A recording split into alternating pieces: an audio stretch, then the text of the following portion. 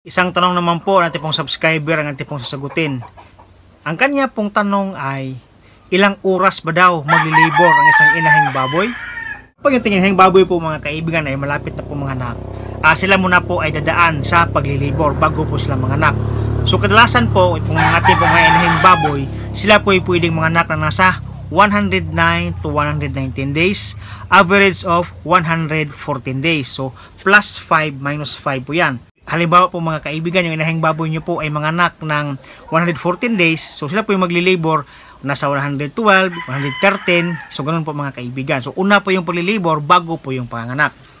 Sa oras naman po sa paglilibor ng ating mga inahing baboy, depende po yan sa ating mga inahing baboy po mga kaibigan. Mayroon po mga inahing baboy na madali na pong maglibor, mayroon din po mga inahing baboy na medyo matagal po maglibor. So case to cases po yan, o depende po yan sa ating mga inahing baboy. Sa experience ko po mga kaibigan, dito po sa aking backyard farm, ako po ay nagkaroon ng isang inahing baboy na nagli-labor ng 3 days. So, 3 days po akong napuyat sa kababantay sa kanya. Kasi po, sila po sobrang malikot, kagat ng kagat sa grills, bangon, ihi, bangon, nagbabawas, yung mga ganon. So, akala ko po manganganak na, pero inaabot ko lang 3 araw bago po siya manganak.